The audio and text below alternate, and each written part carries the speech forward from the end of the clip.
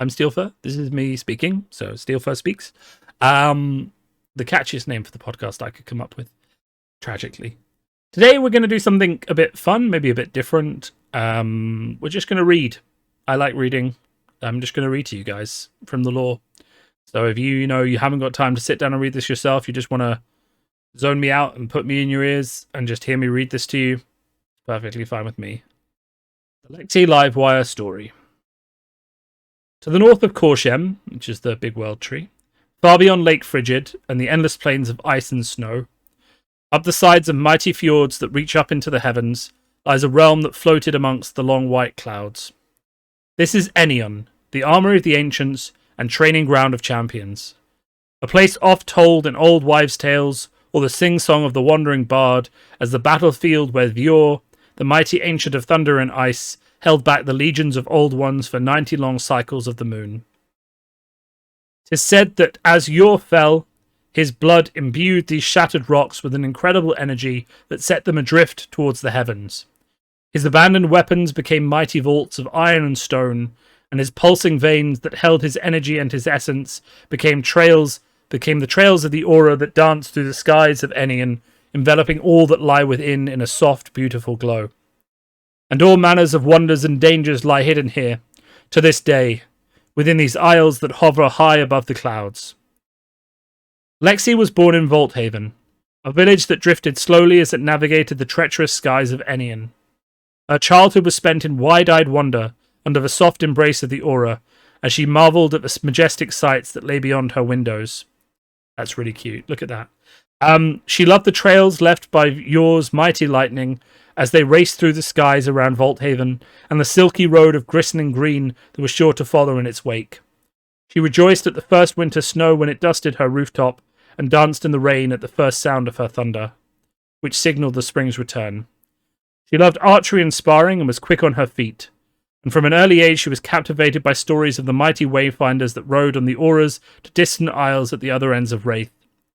One day, she vowed, she would be just like them.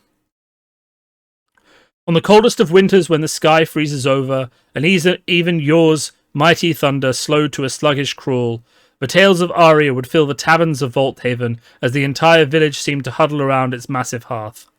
These kind craftsmen, seers, wayfarers and shamans were Lexi's mentors, her family, and they taught her of the world beyond their island. They spoke of the kindness of man and their unspeakable evil. They spoke of the elements in their temperament and the dangerous beasts hidden among the snowy mountains. They spoke of Yor and its mighty lightning, and its enemies whose names had long been forgotten. The secrets of the ancients, they said, lie deep in the heart of Enion, and should Lexi follow in the footsteps of the great wayfarers, the elements will guide her wherever she need to be. To be a wayfarer of Volthaven, one must make peace with the essence of lightning and ice that permeate Enion. Now a young woman, Lexi ventured near and far with her mentors, the best, most skilled wayfarers in all of Aria.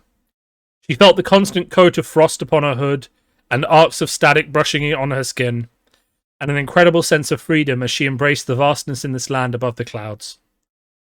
They would spend long days climbing up to treetops and racing on cliffs, scaling massive mountains that would reveal yet another beautiful vista. They spent long, cold nights tucked away within the igloos of ice, gazing through crystalline sheets at the twinkles in the night sky overhead. Today they surveyed the ever-changing isles, marking safe passage for craftsmen and foragers, and warding away any dangers. For it was their duty to guard the safe passage of Volthaven as it navigated this shimmering sea, and to see to the needs of their people.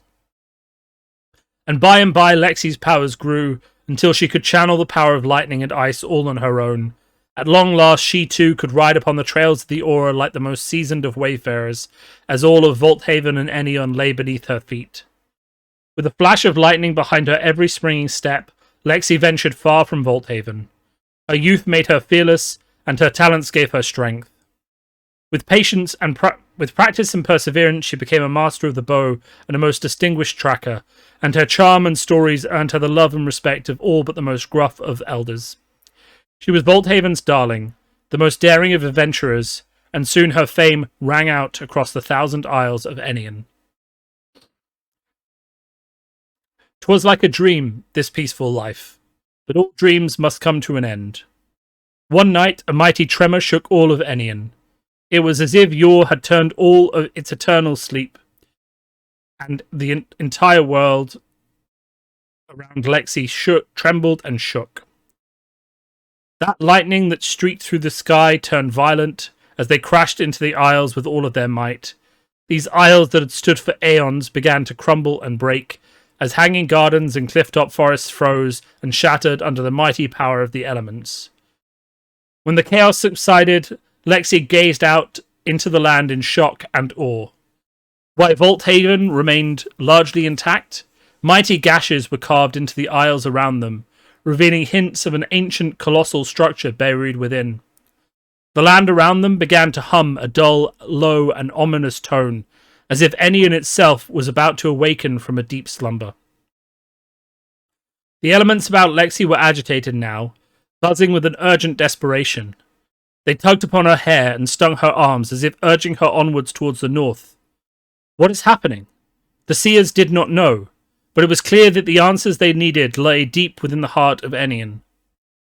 With the Elder's blessing, the wayfarers set off once more into a familiar yet alien land, with Lexi at their helm. This would be a dangerous journey, as the elements are thrown into disarray, and their beloved aura ebbed and faded. They resolved to follow the call of the elements, as they set off on their greatest adventure yet. This would be a chance to pierce the veil of Enion's hidden secrets, and unbeknownst to them, the start of a tale that may change the future of Wraith.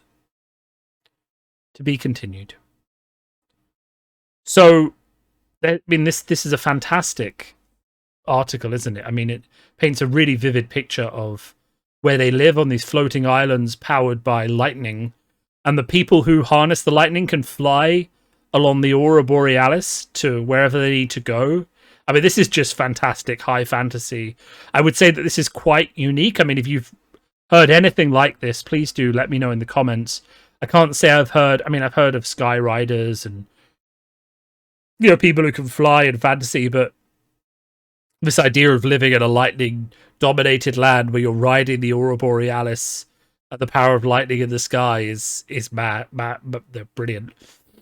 Yeah. That's it, really. Let me know if you like this short reading. I'm not sure, but I mean, I said Yor. I mean, it's because it's YVOR, so it could be Yvor, or it could be Yor, or it could be Evor. I guess it could be Evor. I could have pronounced that wrong. Enion. I mean, yeah. I think Enion makes more sense, just if you're going for the simplest pronunciation. And it's kind of interesting. So Lexi is a wayfarer, but the wayfarers are clearly a subset of rangers. And it's kind of interesting because we can see her friends as well, and she's got someone with a staff who might be a wizard. She's got someone with a sword that could be some sort of rune blade. She's got some other small person with her, which hasn't really got a distinctive outline. So these might be future heroes. These might be on cards. Who knows, really? I think it's really interesting. What else really to say? I mean, this is an experiment, as always. I'm always looking for interesting things to do with my channel. It's been commented that my voice, maybe when I don't have a cold, but it's been commented that my voice is kind of soothing and pleasant to listen to by many people over the past few weeks. So I thought, why don't I try just reading to you guys and seeing if you like it? That's really it. You know, if you like this video, please do hit like and subscribe. I guess we're just gonna sort of, I mean, I'm just gonna flick through the art a bit more and kind of just appreciate this kind of journey. We're really given a really good sense of this hero, aren't we? You know, this is her adult form, powerful, lightning on her bow, lightning on her arms, you know, a chest of frozen gear, obviously not feeling the cold because there's still ice all around her, but she doesn't feel it because she's so attuned to the elements. This is her home, you know, full of lightning and floating islands. Terrifying place to live, but obviously one where you need to be. This is the ancient of ice and earth who threw himself into the sky. And this is clearly the level of power that was required to defeat whatever's coming before, but now it's going to be people who have to defeat whatever's coming, the old ones, as they come back.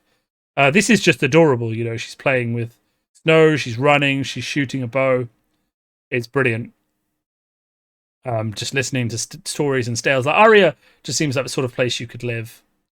Anyway, I'll leave you with that. As I say, if you liked this, then let me know. I'll do more. There's lots of different heroes I could read. There's lots of stories I could read. I'm not going to do big lore dive videos because those are for other people I know who like doing those kind of things. But I do like reading to people. So if you enjoyed this video, do just let me know.